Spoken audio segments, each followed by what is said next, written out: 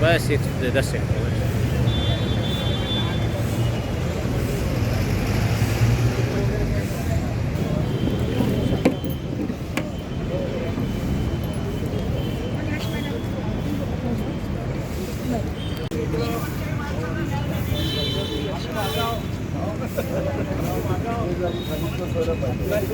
Sir वो साहेब madam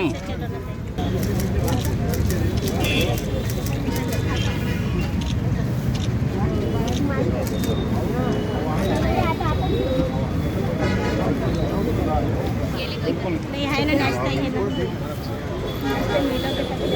चलो हाथ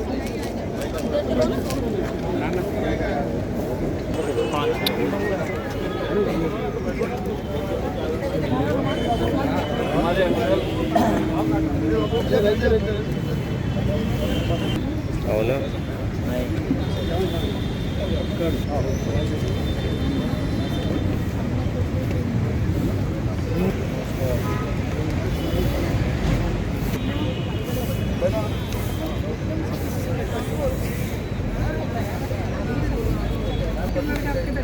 अरे दादा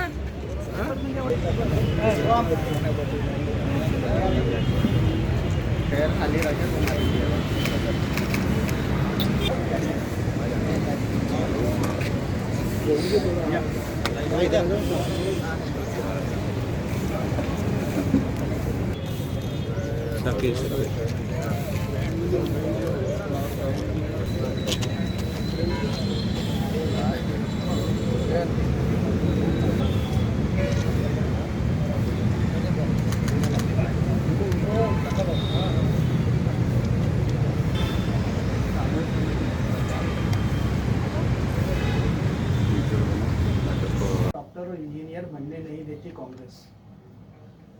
देखो, कुछ चाय बेचने वाले का बेटा देश का प्रधानमंत्री हुआ है.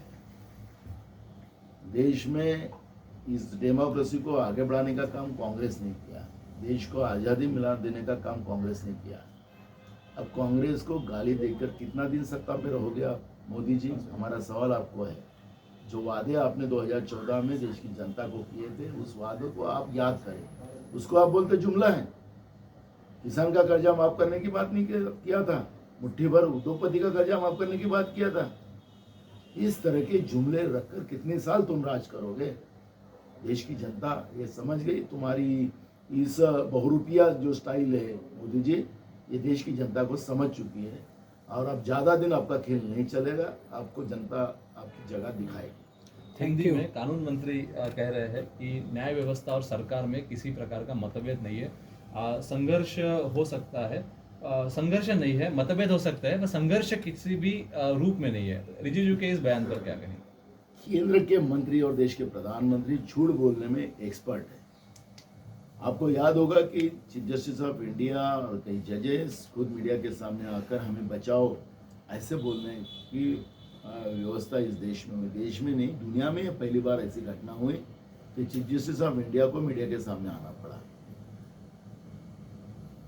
जजेस को नियुक्ति का एक कानून है, लेकिन केंद्र सरकार चाहती है, नरेंद्र मोदी चाहते हैं कि जजेस हम नियुक्त करेंगे. इस तरह की जो मानसिकता की सरकार जब आई तो इनमें तो रोज संघर्ष चल रहा है. पूरा देश देख रहा है, पूरी दुनिया देख रही है. और यहाँ पर अगर रिजिजू जी कहते हैं कि हमारे में कोई संघर्ष नहीं है, तो झूठ बोलने की एक जो तकनीक नरेंद्र मोदी ने देश में राजनीति में लाई है, उसका ही परिणाम आप देख रहे हैं. मतभेद आहे असं म्हणतात, त्यामुळे हे पण महत्त्वाचं आहे. मैंने कहा ना, बिल्कुल मतभेद है. और वो पूरे न्याय व्यवस्था को कब्जा करना मोदी सरकार चाहती है. और इसी का परिणाम है कि बार बार जजेस भी अपनी प्रतिक्रिया सामने रखते हैं. Thank you. चलो, थैंक यू.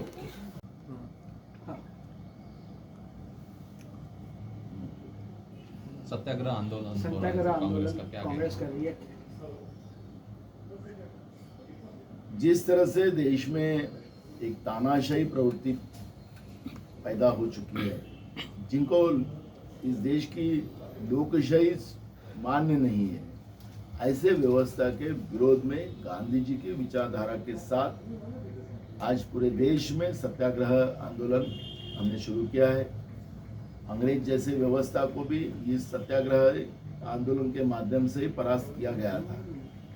हमारा देश गांधी जी के विचार और गौतम बुद्ध जी के विचारधारा का है और इसलिए सत्याग्रह ये सबसे बड़ी ताकत होती है।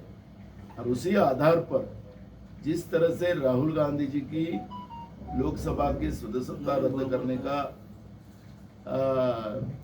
पाप इंद्र की नरेंद्र मोदी की और बीजेपी की सरकार ने जो किया, उसके विरोध में ये सत्याग्रह आंदोलन हमने आज पूरे देश में शुरू किया है। और 20,000 करोड़ रुपया जो अदानी के पास कहाँ से आए, विदेशी व्यवस्था के आधार पर जब गुजरात के मुख्यमंत्री खुद मोदी जी थे तब से लेकर आज तक जो पैसा 20,000 करोड़ रुपया जो आया है, उसके पूरे पेपर राहुल गांधी जी ने लोकसभा में वो दिखाने वाले थे, वास्तविकता जनता के सामने लोकसभा के माध्यम से लाने वाले थे। उस डर के आधार पर असली चेहरा नरेंद्र मोदी का जनता के सामने आएगा। उस डर के खातिर राहुल गांधी जी की लोकसभा की सदस्यता रद्द की गई। जनता का पैसा लूटकर नीरव मोदी है, ललित मोदी है, मेहुल चोकसी है, इसको इंटरपोल की कार्रवाई शुरू थी, उसका इंटरपोल की कार्रवाई से भी मुक्त मेहुल चोकसी पे किया गया है। ऐसे कई मित्रों को देश को लूटकर, देश की जनता को लूटकर, LIC हो, बैंक हो, इनको लूटकर जो गए, जिसमें आम पब्लिक का पैसा, मेहनत का पैसा, पसीने का पैसा उसमें था, वो भी लूट के जाने को मदद करने का काम जिस नरेंद्र मोदी की सरकार ने किया, उसके विरोध की ये लड़ाई है और हम ये लड़ाई जीतेंगे। राहुल गांधी ने कल ये भी कहा है कि मैं सावरकर नहीं हूँ, गांधी हूँ, मैं माफी नहीं मांगूंगा। सावरकर जी ने अंग्रेजों से माफी मांगी थी, उसका पूरा रिकॉर्ड हमने दिया है, तुम्हारे मीडिया के माध्यम से दिया है। उनके पास नहीं हो तो हम और बीजेपी को भेज देंगे। और उस समय में 60 रुपया महीना अंग्रेज सावरकर जी को देते थे, उन्हें माफी मांगी थी, इसलिए उनको 60 रुपया महीना मिलता था। उस समय के कौन से स्वतंत्र वीरों को अंग्रेज पेंशन देते थे, पैसा देते थे, मानधन देते थे? ऐसा एक तो भी स्वतंत्र वीर दिखाइए, सिर्फ अकेले सावरकर थे। और कल जो सवाल पूछा गया था उसमें राहुल गांधी जी को यही सवाल पूछा गया था कि आपने माफी मांगा रहता तो आपको ये कार्रवाई आपके ऊपर नहीं होती। राहुल गांधी ने सच ने कहा कि मैं सावरकर नहीं हूँ, मैं गांधी हूँ। गांधी कभी माफी नहीं मांगते, क्योंकि गलती किया ही नहीं तो माफी किस बात की मांगे। और इसलिए स्वाभाविक है कि सावरकर ने माफी मांगी थी और गांधी कभी माफी नहीं मांगते, ये भूमिका उन्हें रखी। इसका इलेक्शन पे कुछ प्रभाव पड़ेगा? देखो, जो सही है वो जनता के सामने रखना चाहिए, क्योंकि लोकतंत्र में यही सबसे बड़ा एक व्यवस्था होती है कि जो सही बात है जनता को पता चले। और हम जनता के सामने सही बातें रखने का काम कर रहे हैं। और इसलिए अदानी का नाम लेने से बीजेपी को और नरेंद्र मोदी को क्यों तकलीफ होती है? 20,000 करोड़ में किसके किसका हिस्सा है? कि नरेंद्र मोदी के पैसे कि अदानी के पैसे है? इस तरह से ये जो कार्रवाई की जा रही है, इसका मतलब ये है कि कहीं ना कहीं दाल में काला है, पूरी दाल ही काली है।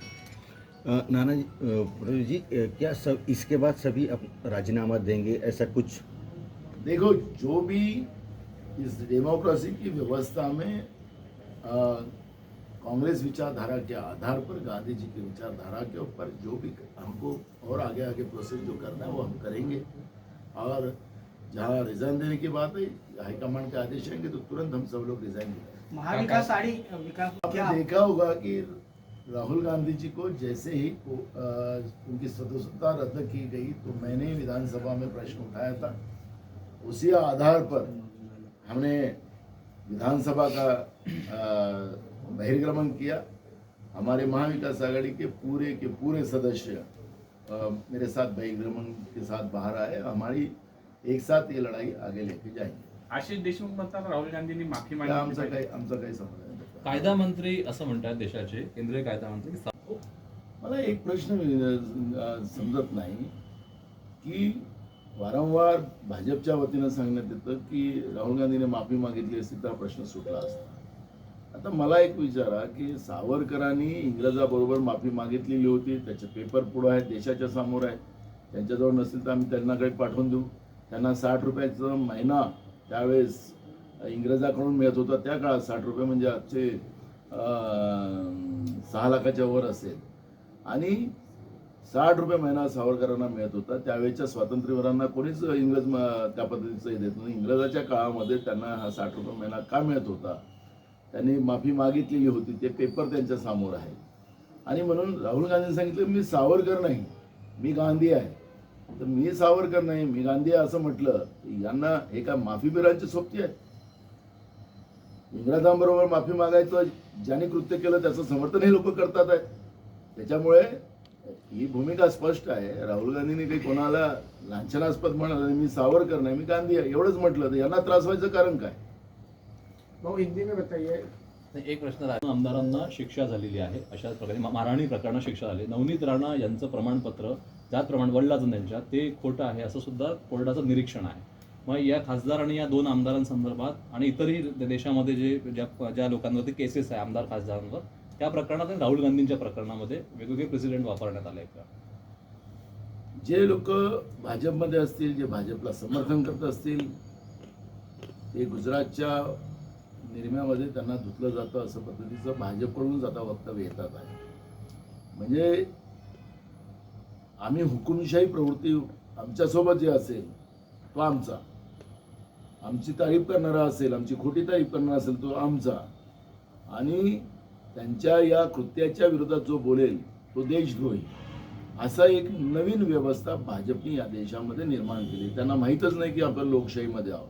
त्यांना अजूनही वाटतं की आम्ही आमचंच देशामध्ये आम्ही ताम्रपट्टे घेऊन आलेलो, आम्ही कायम आहोत, अशी प्रवृत्ती बीजेपीने घेतलेली आहे. आणि म्हणून ही तानाशाही प्रवृत्ती जी आहे, या तानाशाही प्रवृत्तीचं हे दर्शन आहे. तुम्ही आतापर्यंत विरोध का केला नाही? अशा प्रकरणामध्ये सुधीर पारवे असतील किंवा या प्रकरणामध्ये आतापर्यंत महाविकास आघाडी असताना हे प्रकरण आमदारकी रद्द व्हावी या संदर्भात काही प्रयत्न का झाले? मुद्दा एक असा आहे की बीजेपी ज्या पद्धतीने हुकुमशाहीच्या व्यवस्थेच्या विरोधात वागते, आपण पाहिलं जसं तुम्ही राणाचं नाव घेतलेलं आहे, कोर्टामध्ये कसं काय चाललेलं आहे ते प्रकरणाचा उल्लेख आपण केला. म्हणजे न्यायव्यवस्थेवरही सुद्धा अलीकडच्या काळात लोकांचा विश्वास नाही अशी परिस्थिती या देशामध्ये निर्माण करून ठेवलेली आहे. न्यायव्यवस्था ही स्वतंत्र असतं. आपण पाहिलं की केंद्रातलं सरकार आता न्यायाधीश नेमण्यामध्ये सुद्धा आपला त्या ठिकाणी अधिकार निर्माण करण्याचा प्रयत्न करत आहे. न्यायव्यवस्थेचं आणि केंद्र सरकारचं कसं भांडण चालू आहे ते पण आपण पाहतो आहे. आणि म्हणून जी काही 4 स्तंभ होती जी आपली त्याच्यातली न्यायव्यवस्था आणि मीडिया, या 4 स्तंभांना कसं संपुष्टात आणायचं ही प्रक्रिया चालू आहे. यामध्ये विरोध किती केला, पण त्यांचा विरोध केला म्हणजे आम्ही राष्ट्रद्रोही अशा पद्धतीची भूमिका आहे. पण आम्हाला जेवढा विरोध करता येतो तेवढा आम्ही करतोय. या सगळ्या कारवाईमुळे काँग्रेसचं किती नुकसान होणार आहे आणि भविष्यात काँग्रेसची रणनीती काय असेल? मग बघा, इंदिरा गांधींचंही त्या काळामध्ये याच पद्धतीचं सदस्यत्व रद्द करण्यात आलं. आणि ज्यावेळेस इंदिरा गांधीच्या, कारण की हा गांधी हा शब्दच इतका शक्तिशाली आहे,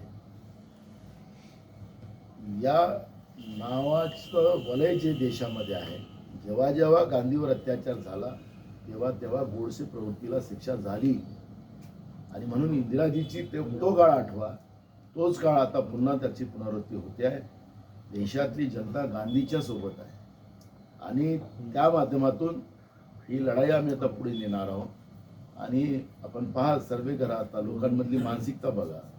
या हिटलरशाहीला, या तानाशाहीला या देशातून बीजेपीची जी आहे हिला मुक्त करायचं हा देश त्यांच्यापासून, अशा पद्धतीची प्रवृत्ती आज सामान्य लोकांमध्ये झालेली आहे. जे काही घोषणा करून हे लोक आले, जे आश्वासन देऊन जनतेमध्ये हे आले होते की आम्ही शेतकऱ्यांच्या शेतीच्या मालाला 2 पट भाव देऊ, त्याचं 3 पट करून टाकलं शेतकऱ्यांना. महाराष्ट्रामध्ये 11 शेतकऱ्यांनी फक्त एका कृषी मंत्र्याच्या मतदारसंघामध्ये आत्महत्या या अधिवेशनाच्या काळात झाल्या. आणि कृषी मंत्री काय म्हणतो की आत्महत्या तर ह्या स्वाभाविक आहे. अशा पद्धतीचं वेदनादायक शेतकऱ्यांच्या जखमेवर मीठ चोळण्याचं पाप भाजपची प्रवृत्ती करत असेल तर हिला धडा शिकवलं होता. तरुणांना त्याच पद्धतीनं, गरिबांना त्याच पद्धतीनं, रिझर्वेशन सगळे संपवून टाकलं. आज आउटसोर्सिंगच्या माध्यमातून शासकीय नोकऱ्या भरल्या जाणार आहेत. त्यामुळे रिझर्वेशन संपवून टाकणार आहे. आदिवासी, schedule caste, OBC, NT, VJNT या सगळ्यांचं रिझर्वेशन संपवण्याचं पाप हे लोक करतात आहे. आणि म्हणून सगळी व्यवस्थाच उद्ध्वस्त करायला हे लोक निघालेत. बाबासाहेब आंबेडकरांचं संविधान उद्ध्वस्त करायला हे लोक निघालेत. आणि यांना आता धडा शिकवल्याशिवाय लोक शांत बसणार नाही. भाऊ, आज जो उद्धव ठाकरे तुमच्यावर होती, मग तुम्ही नंतर मग एका वेगळ्या व्यक्तीबद्दल बोलले. त्या प्रकरणाचं पुढं काय झालं आणि त्या प्रकरणात आता गाव गुंड्याला आपण म्हटलं तरी देशाच्या प्रधानमंत्र्यालाच लागतं, अशी परिस्थिती आज देशामध्ये निर्माण झालेली आहे. तो गावगुंडा पुढं आला, त्याची बायको पुढं आली आणि त्याच्यानंतर बीजेपी त्या ठिकाणी त्यांचं आंदोलन शांत झालं. सांगायचं तात्पर्य असं की त्यावेळेसही माझ्या प्रतिमा पेटवण्याचं काम केलं, माझ्या प्रतिमेला जोडे चपला मारण्याचा प्रयत्न केला. या पद्धतीचं खालच्या पातळीवरचं राजकारण जे बीजेपी करते आहे हे लोक बघतात आहे. लोकशाहीमध्ये हे ताम्रपट्ट घेऊन आलेले नाहीत. ज्या लोकांनी यांना निवडून दिलेलं आहे तीच लोक आता यांना खुर्चीच्या खाली उतरवतील. आणि गावगुंडालाही आपण म्हटलं तर देशाच्या प्रधानमंत्र्याला म्हटलं असं चोराला चोर म्हटलं तर यांनाच लागतं, डाकूला डाकू म्हटलं तर यांनाच लागतं. ही जी प्रवृत्ती बीजेपीची आहे, म्हणजे हे प्रत्येक या व्यवस्थेमध्ये हे लपलेले आहेत, दडलेले आहेत. अशी परिस्थिती आज झाली. अदानीचं नाव घेतलं तर यांना त्रास का होतो, हा एक प्रश्न या ठिकाणी निर्माण झाला. काल मुख्यमंत्र्यांनी देखील म्हटलं की सावरकरांचा वारंवार अपमान. बघा, चोराला चोर, डाकूला डाकू म्हणणं हे या लोकशाहीमध्ये चुकीचं असेल तर काँग्रेस ही चुका वारंवार करेल. कारण की अखेरी जनतेचे पैसे लुटून आपल्या मित्रांना देशाचे प्रधानमंत्री देतात आहेत. अखेरी हे पैसे मित्रांचे आहेत की त्यांचे आहेत. कारण की अदानीला काही म्हटलं तर त्यांना त्रास का व्हावं लागतं, हा एक प्रश्न या ठिकाणी निर्माण होतो. राहुल गांधीजी आता लोकसभा चालू आहे आणि त्याच्यामध्ये या सगळ्या मुद्द्यांचा खुलासा करणार होते आणि त्या भीतीपोटी राहुल गांधींचं लोकसभेचं सदस्यत्व रद्द करण्याचं पाप लोकशाहीला न मानणारी मोदीचं सरकार आणि भाजप यांनी जाणूनबुजून केलेलं आहे. आणि त्याच्यामध्ये मधातच कोर्टाचा उल्लेख करून की न्यायव्यवस्थेने केलेला आहे.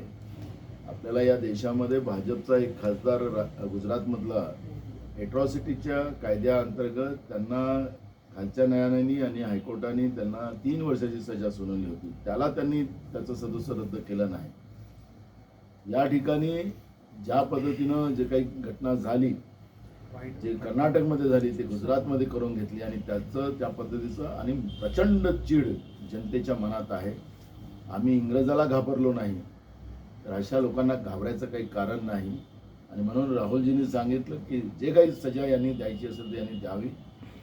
मी जनतेच्या दरबारात जाणार आणि जनतेला सोबत घेऊन या हुकुमशाही व्यवस्थेला या देशातून उद्ध्वस्त करणार ही भूमिका राहुल गांधींनी घेतलेली आहे.